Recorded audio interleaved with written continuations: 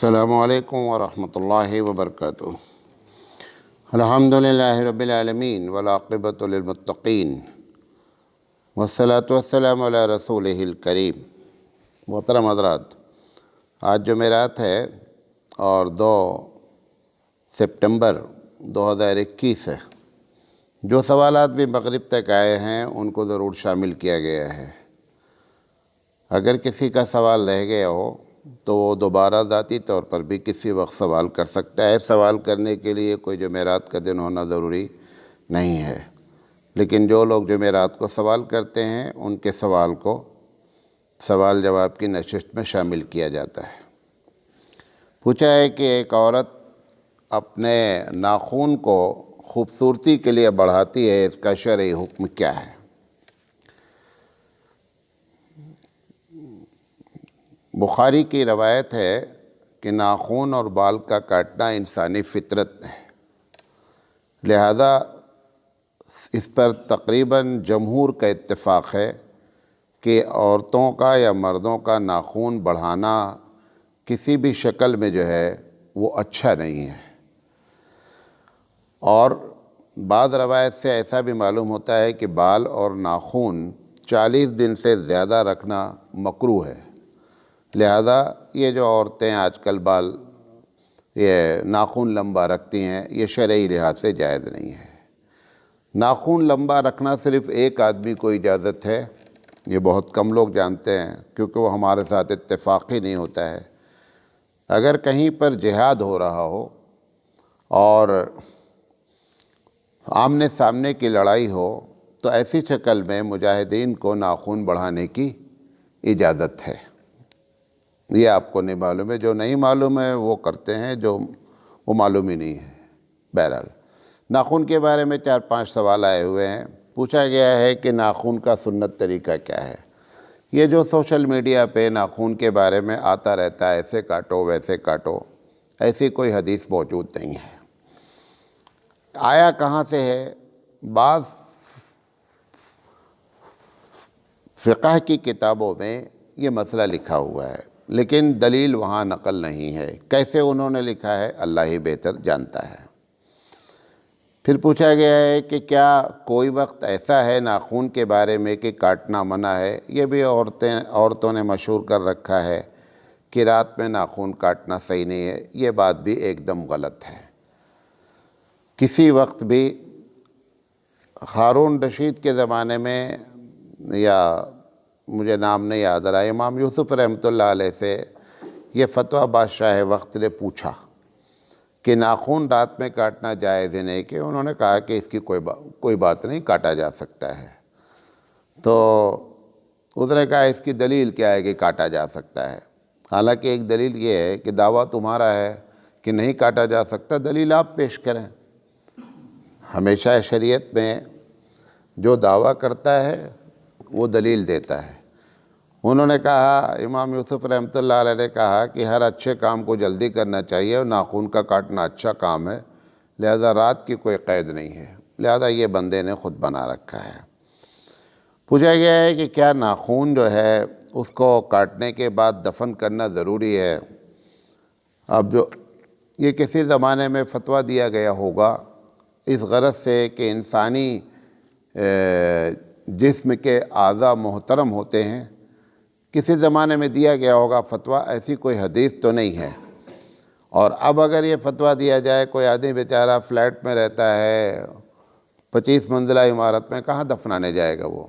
لہذا ناخن کو کچرے میں پھینکا جا سکتا ہے، ایسی کوئی بات نہیں ہے۔ پوچھا گیا ہے کہ حالت جنابت میں ناخن اور بال کا کاٹنا کیسا ہے؟ اس پر جو فتویٰ ہے اس کے پہلے بھی غالباً میں نے بات کی ہے۔ بہرحال جو یہ بات کہہ رہا ہوں یہ زیادہ مستند ہے۔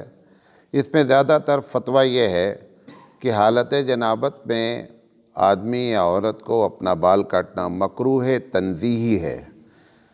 اگر کوئی کاٹ لے گا تو گنہگار نہیں ہوگا، لیکن افضلیت کے خلاف ہے۔ اور اگر کسی عورت یا مرد نے 40 دن سے بال اپنے نہیں کاٹ رکھے ہیں اور اب حالت جنابت میں کاٹ رہا ہے کیونکہ اس کو یاد آیا کہ 40 دن سے زیادہ ہو رہے ہیں، تو پھر کاٹنے میں جو ہے مکروہ تنزیہ کی بات کہی گئی وہ بھی کیا ہو جائے گی، ختم ہو جائے گی، ایسا وہ کیا جا سکتا ہے۔ پوچھا گیا ہے کہ کیا تہجد کے لیے رات میں سونا ضروری ہے؟ اگر کوئی شخص سونے سے پہلے تہجد پڑھ کر سوتا ہے تو ایسا کرنا جائز ہے۔ سونے سے پہلے تہجد پڑھنے کا کیا مطلب ہے؟ عشاء کی نماز کے ساتھ پڑھتا ہے؟ یہ وضاحت نہیں ہے۔ بہرحال تہجد اصل وہی تہجد ہے کہ آدمی عشاء کے بعد سو جائے اور اس کے بعد پھر اللہ کے لیے اپنی نیند کو توڑے، اور توڑ کر کے پھر اپنے اللہ سے جو ہے وہ گڑ گڑائے اور نماز پڑھے، وہی اصل تہجد ہے۔ اب رہا رات کے آدھی رات کے بعد کوئی آدمی کسی وقت بھی تہجد کی نیت سے نماز پڑھ لے گا تو نماز کیا ہو جائے گی؟ ہو جائے گی، تہجد مان لیا جائے گا، لیکن تہجد کا اصل لطف وہی ہے۔ پوچھا گیا حضرت حسن رضی اللہ تعالیٰ عنہ کی وفات اور تدفین کے اختلاف کی وجہ کیا ہے؟ مجھے نہیں معلوم ہے۔ پوچھا گیا اگر کوئی آدمی کی ایک رکعت نماز چھوٹ گئی اور وہ امام کے ساتھ شامل ہوا، شامل ہونے کے بعد وہ یہ بھول گیا کہ میری ایک رکعت چھوٹی ہے، لہذا جب امام صاحب نے سلام پھیرا تو اس نے بھی سلام پھیر دیا، پھر اسے یاد آیا کہ نہیں میری ایک رکعت چھوٹی ہے، اور فوراً اٹھا اور اٹھ کر کے اپنی رکعت پوری کر لی اور سجدہ سہو کر لیا، نماز ہوئی کہ نہیں؟ نماز ہو گئی۔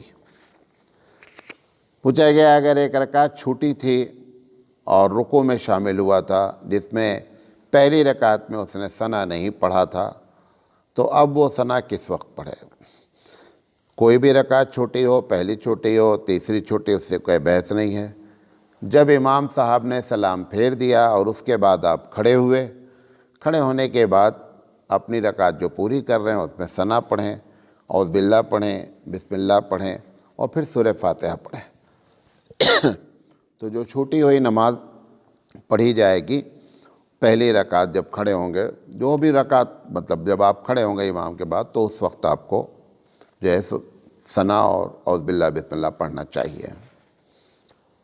پوچھا گیا ہے کہ بخیل کی پہچان کیا ہے؟ بخیل کی پہچان تو قرآن حدیث میں کہیں لکھی نہیں ہے۔ بخیل کی صفت تجربے سے کچھ باتیں معلوم ہے، وہ آپ کو بتا دیتا ہوں۔ ضروری نہیں ہے کہ یہ تجربہ سب پر ہو، لیکن اکثریت پر ایسا ہوتا ہے، یہ بخیل کی صفت ہوتی ہے، اور آپ اس کا انکار بھی کر سکتے کہ کوئی یہ قرآن حدیث کا مسئلہ نہیں ہے۔ سب سے پہلے جان لیں بخیل تو ہوتا ہی وہی جس کے پاس پیسہ ہو اور خرچہ نہ کرے۔ ایک آدمی کے پاس پیسہ ہی نہیں ہے، وہ نہیں خرچہ کر رہا ہے، تو وہ بخیل کی لسٹ میں آتا ہی نہیں ہے۔ بخیل کی صفتوں میں سے ایک صفت یہ ہے کہ بخیل عطر لگانا پسند کرے گا لیکن خریدے گا نہیں، خرید کے نہیں لگائے گا، فری میں مل جائے گا تو خوب لگائے گا۔ دوسرا کہ اگر آپ اس سے کہہ دیں، یہ سب آپ تجربہ کریں معلوم ہو جائے گا، اگر آپ اس سے کہہ دیں کہ میرے لیے سامان لا دیجئے، اگر آپ نے اس کو پیسہ نہیں دیا تو سامان نہیں لائے گا، بولے گا لائیں گے، لائے گا نہیں وہ۔ اگر آپ چاہتے ہیں کہ آپ اپنا سامان آ جائے تو اس کو ایڈوانس میں کیا کر دیں، آپ پیسہ دے دیں۔ اسی طریقے سے اگر خدا نخواستہ وہ لے کر کے آ گیا تو اس کو اتنی الجھن ہوگی اپنے پیسہ نکالنے کی کہ وہ اس کو کوئی بھی چیز سمجھ میں نہیں آئے گی جب تک اس کا پیسہ نکل نہیں آئے۔ وہ گھومتا رہے گا آپ کے پاس آتا۔ اگر آپ مدرسے کے محتمم ہیں یا کوئی ذمہ دار ہیں تو آپ کے پاس بار بار آئے گا جائے گا، بول نہیں پا رہا ہے لیکن وہ آئے گا جائے گا، اس کا مقصد یہ ہے کہ آپ اس کا پیسہ دے دیجئے۔ اسی طریقے سے جو عرف عام کی چیزیں ہوتی ہیں جہاں پہ پیسہ خرچ کرنا ہوتا ہے، جیسے مثال کے طور پر آپ کسی کے گھر جا رہے ہیں مہمان بن کر کے، تو سنت طریقہ یہ ہے، عرف عام بھی ہے، سنت طریقہ بھی ہے کہ آپ اس کے گھر میں کچھ لے کر کے جائیں، بچے ہیں، کچھ کھانے پینے کی۔ یہ ان سب چیزوں میں تلاش کرے گا، اگر عالم ہوگا خاص کر تو تلاش کرے گا کہ کوئی حدیث مل جائے اپنے فیور میں، تو یہ سامان نہیں لے جائے گا، وہ اس کے بخل کی وجہ سے وہ سامان نہیں لے جائے گا۔ اور آخری پہچان بہت سی ہیں، 50 بتائی جا سکتی ہیں، ہر آدمی اپنے اپنے تجربے پہ بیان کر سکتا ہے۔ کوئی بھی چیز سستی ملے گی، چاہے کچرا ہوگا تو اس کو رکھے گا، بھلے بعد میں پھینکے وہ، لیکن اگر کوئی چیز فری میں مل رہی ہے تو اس کو لینے میں اسے کوئی حرج نہیں ہوگا. حرج مطلب کیا؟ اس کو اچھا لگے گا. بہرحال یہ ساری پہچانیں، واللہ عالم بالصواب. پوچھا گیا ہے کہ میرا ایک دوست تھا جس کا ہم بہت مذاق اڑاتے تھے، اچانک اس کا انتقال ہو گیا ہے اور مجھے محسوس ہو رہا ہے کہ مجھ سے بہت بڑی غلطی ہوئی. ہم لوگ اس کا بڑا مذاق اڑاتے تھے، اب کیا کریں؟ ایسا کسی کے بھی ساتھ ہو جائے، چونکہ والدین کے بارے میں تو باقاعدہ حدیث ہے کہ اگر کسی نے اپنے والدین کی خدمت نہیں کی اور ان کا اس طریقے سے احترام نہیں کیا جس طریقے سے ہونا چاہیے، اب ان کا انتقال ہو گیا ہے تو کیا کیا جائے؟ اسی پر قیاس کرتے ہوئے یہ مسئلہ بھی ہے کہ اگر کسی دوست کا ہم مذاق اڑاتے رہے اور اب محسوس ہوا کہ یہ مجھ سے غلطی ہوئی ہے اور اس کا انتقال ہو گیا، اگر زندہ ہوتا تو جا کر اس سے معافی مانگتے، اور اگر مر گیا ہے تو پھر اس کے لیے جب جب وہ یاد آئے دوست، تب تک اس کے لیے دعائے مغفرت کرنی چاہیے. ایک صاحب نے پوچھا ہے کہ مولانا صاحب، عورتوں کے بارے میں جنت میں ان کو کیا ملے گا، اس کی تفصیل اللہ نے کیوں نہیں بیان کی؟ مردوں کے بارے میں ہے حوریں ہوں گی، ایسا ہوگا ویسا ہوگا، اور عورتوں کے بارے میں کیوں ایسا ہے کہ اللہ تعالیٰ نے اس بات کو بیان نہیں کیا؟ ایک بات آپ کو بتانا چاہتے ہیں، غالباً اس کے پہلے کبھی نہیں بتایا، آج پہلی مرتبہ بتا رہا ہوں. مردوں کی خواہشیں محدود ہوتی ہیں. غور سے سنیے گا. مردوں کی، ابھی میں آپ سب کو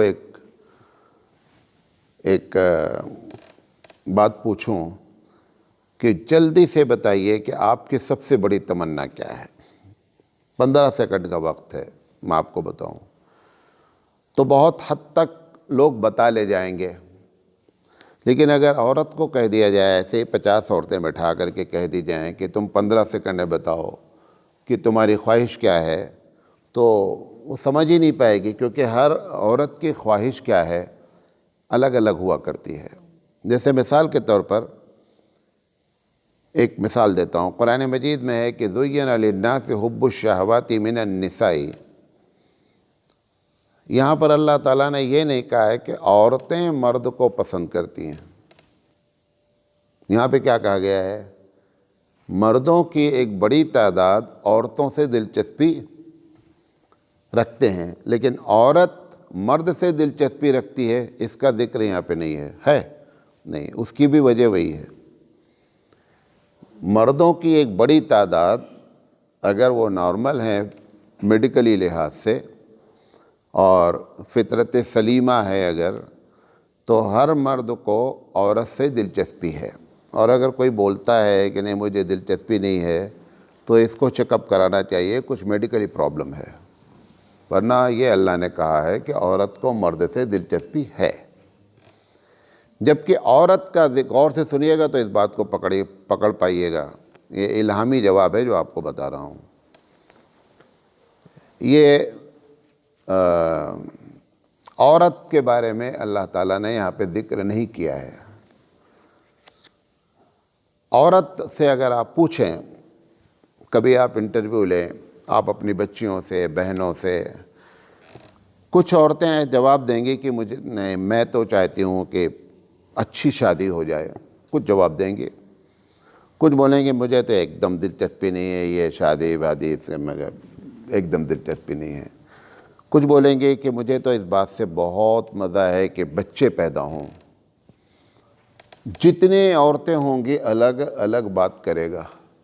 اگر پروردگار عالم عورت کی کوئی ایک بات وہاں نقل کر دیتا کہ جنت میں تم کو یہ ملے گا، تو دوسری عورت سوال یہ کرتی کہ مجھے تو اس سے دلچسپی نہیں ہے. نہیں سمجھے بات؟ ایک چیز کا ذکر کر دیتا اللہ تعالیٰ کہ بھئی تم کو شوہر ملیں گے، حور ملیں گے. اب اس کو شوہر سے کیا ہے؟ آپ کو معلوم ہے بہت دنیا میں عورتیں ہیں جو شادی کرنا پسند نہیں کرتی ہیں، جبکہ ان کے مقابلے میں مرد بہت کم فیصد ہیں، بہت کم فیصد ہیں جو ناپسند کرتے ہوں شادی کرنا. ورنہ سب کا دل چاہتا ہے شادی کرنا، اور بہت جلدی دل چاہتا ہے.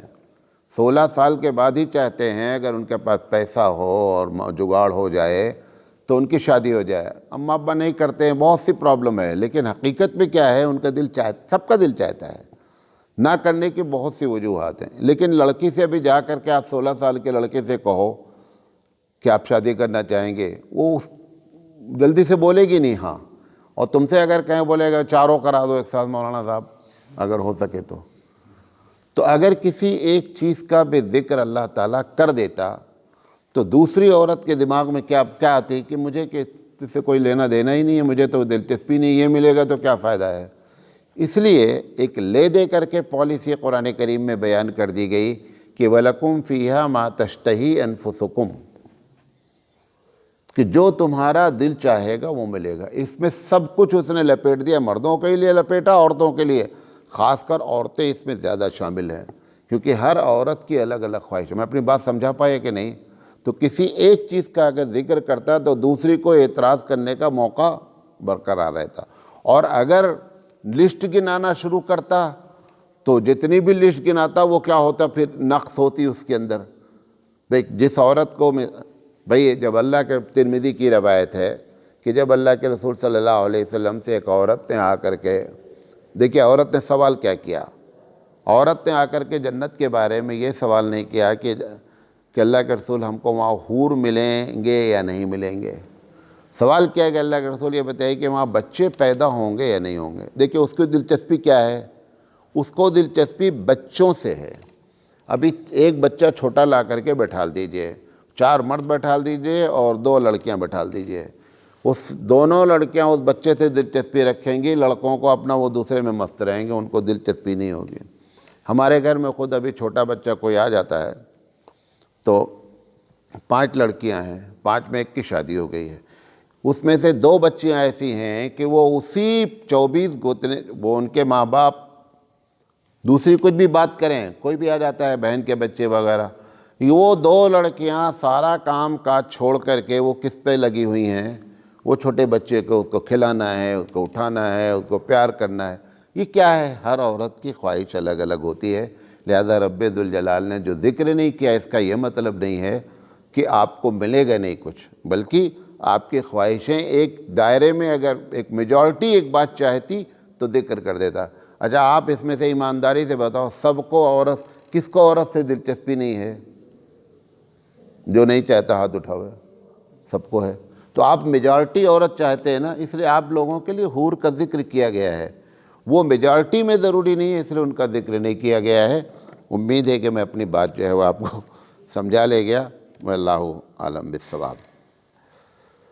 پوچھا گیا ہے کہ نماز شروع کرنے سے پہلے انی وجہت وجہی للذی پڑھنا کیسا ہے؟ پڑھا جا سکتا ہے۔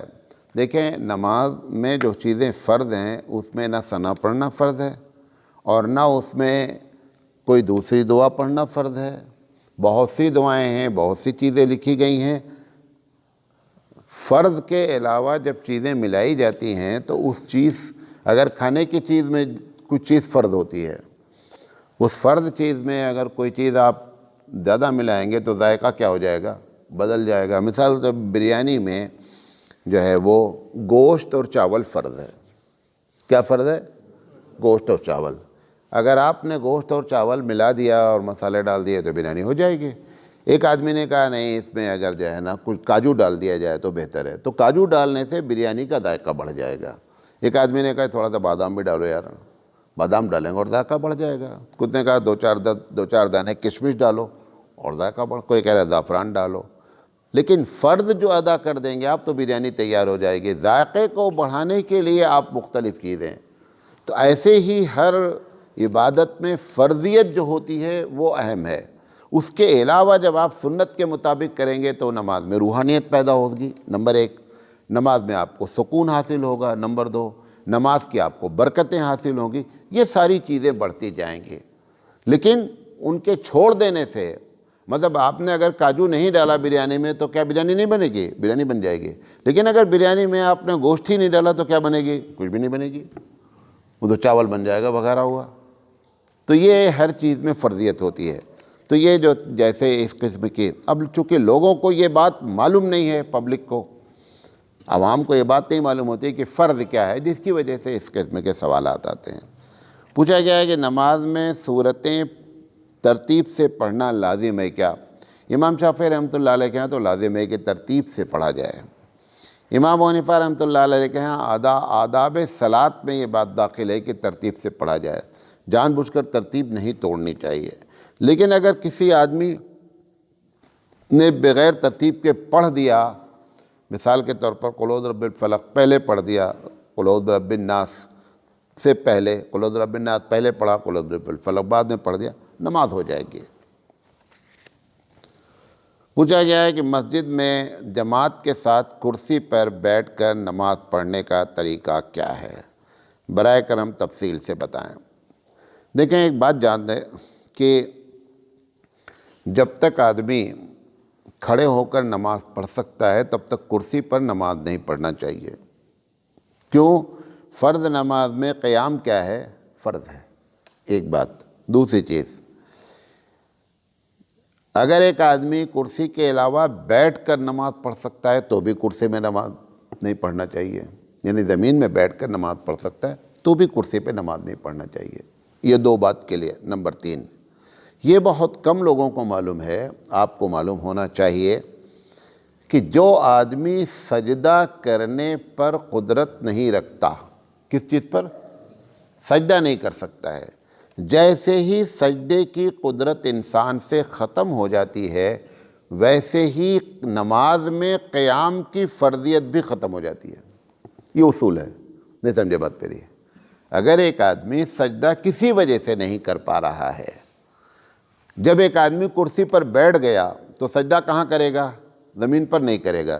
اب یہ جو کھڑا ہو رہا ہے نا، اس کی کھڑے ہونے کی فرضیت ہی ساقط ہو چکی، کھڑے ہونے کا کوئی فائدہ نہیں ہے۔ جب سجدہ کرنے پر قدرت ختم ہوئی تو فرضیت کیا ہو گئی؟ قیام کی ساقط ہو گئی۔ لہذا اب جب آپ کرسی پہ نماز پڑھ رہے ہیں تو پھر کرسی کا پچھلا پایا وہاں ہونا چاہیے جہاں آدمی کی ایڑی ہے۔ ہم کیا کر رہے ہیں؟ ہم جو غلط کر رہے ہیں وہ یہ کر رہے ہیں کہ کرسی کو ہم نے رکھ دیا ہے کیسے؟ اگلا پایا کرسی کا ہم نے رکھ دیا ہے جہاں ایڑی ہے، اور پھر ہم وہ 1 فٹ آگے آ کر کے کھڑے ہو گئے ہیں۔ یہ بھی غلط ہے کیونکہ آپ نے صف توڑا۔ ساری صف ایسے ہے، ایک صاحب 1 فٹ کیا ہے آگے کھڑے ہیں، چاہے کرسی انہوں نے غلط رکھی ہے یا کھڑے ہیں اور سب کو بگاڑ رہے ہیں، سب بگاڑنے کا گناہ مل سکتا ہے۔ لہذا جب آپ سجدے پر قادر ہی نہیں رہ گئے تو پھر ایسی شکل میں جماعت سے اگر آپ نماز پڑھ رہے ہیں تو پھر کھڑے ہونے کی کوئی ضرورت نہیں ہے، کیونکہ آپ کے قیام کی فرضیت ساقط ہو چکی ہے۔ بہرحال خلاصہ کلام یہ ہے کہ کرسی کا پچھلا پایا وہاں ہونا چاہیے جہاں پر انسان کی ایڑی ہوتی ہے۔ اگر آپ وہاں رکھیں گے تو آپ صف کے اندر رہیں گے، آپ کا مونڈھا لوگوں کے صف سے رہے گا، کوئی مسئلہ نہیں آئے گا۔ لیکن اگر آپ نے کرسی کو پیچھے کر دیا، بعض لوگ ایسا بھی کرتے ہیں، کرسی پیچھے کر دیتے ہیں۔ اچھا آپ کرسی پیچھے کریں گے اور پیچھے والا کیا کرے گا؟ وہ بھئی آپ نے اگر کرسی کو پیچھے کر دیا 1.5 فٹ تو جو پیچھے آپ کے نماز میں کھڑا ہوگا وہ کیا کرے گا؟ بیچارہ تمہارے کرسی کے اندر سجدہ کرے گا جا کر کے، اس کے لیے پرابلم ہو جائے گی۔ لہذا اس بات کا خیال رکھیں۔ پوچھا گیا ہے کہ جمعہ کے دن جو درود شریف پڑھنے کی فضیلت ہے وہ کون سا درود ہے؟ دیکھیں 2 طریقے کے درود پائے جاتے ہیں دنیا میں، ایک بندوں نے بنا رکھا ہے، ایک حبیب مصطفیٰ نے درود بتایا ہے۔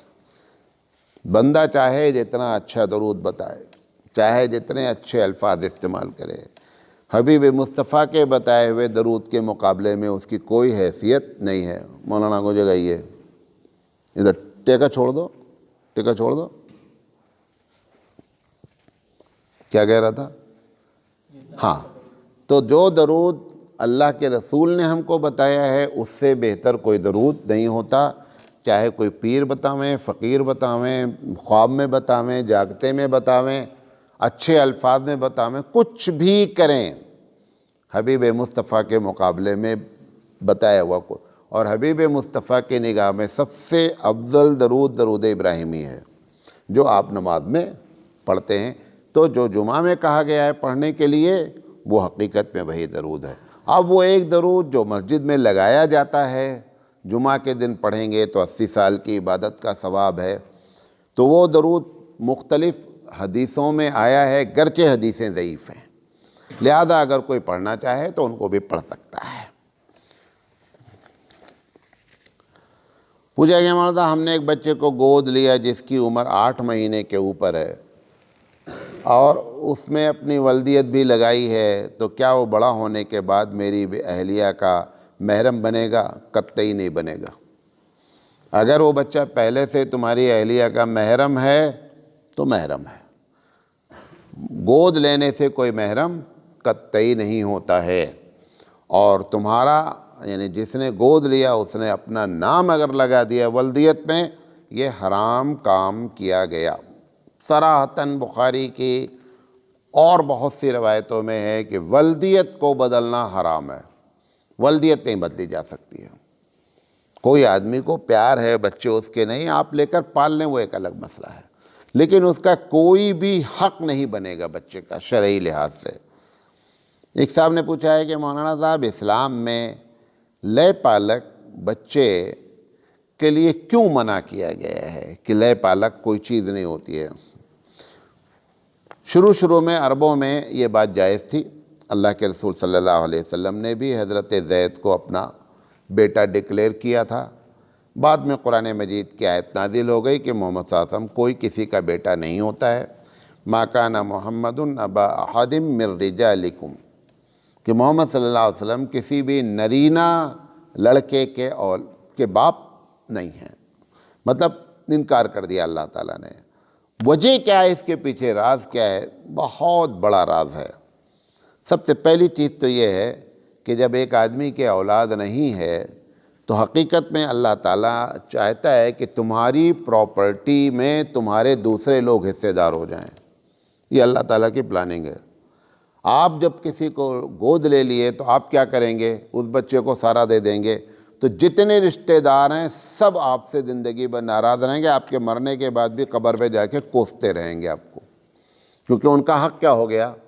مارا گیا۔ اور ایک ایسے آدمی کو جا کر کے پراپرٹی ٹرانسفر ہو گئی جس کا اس سے کوئی تعلق ہی نہیں تھا۔ یقینی بات ہے کہ اگر بھائی ہوگا اس کو تکلیف ہوگی، بہن ہوگی اس کو تکلیف، جو بھی ہوں گے، جو بھی شرعی لحاظ سے حصے دار بنتے ہیں سب کو تکلیف ہوگی۔ لہذا پہلی بنیادی وجہ یہ ہے۔ دوسری وجہ یہ ہے، آپ کسی کو، میں نے ایسے 20 کیس دیکھے ہیں کہ آپ نے ایک لڑکا بنایا نہیں پالا، بہت پیار محبت دیا، اس کو آخر میں جا کر معلوم ہوا کہ یہ میرے ابا نہیں ہیں۔ کس کو؟ اور ایک نہ ایک دن اس کو معلوم ہونا ہی ہونا۔ وہ آپ نہیں بتائیں گے، بازو والا بتائے گا، کوئی نہ کوئی تو بتائے گا نا۔ جس کے پیٹ میں الجھن ہوتی ہے، بہت سے لوگ ہوتے ہیں نا کہ پیٹ میں کوئی بات رکھ نہیں سکتے، تو گاؤں والے بازو والے تو بتائیں گے۔ تو اب جب بتائیں گے کہ تمہارے ابا نہیں ہیں، تو جب کبھی اس کے بعد باپ اس کے ساتھ، جو بنا باپ ہے، اگر ذرہ برابر بھی اس کے ساتھ کوئی رویہ ڈانٹ دیا تو پھٹ سے وہ بول سکتا ہے کہ آپ میرے ساتھ اسی لیے ایسا کرتے ہیں کیونکہ آپ میرے باپ نہیں ہیں۔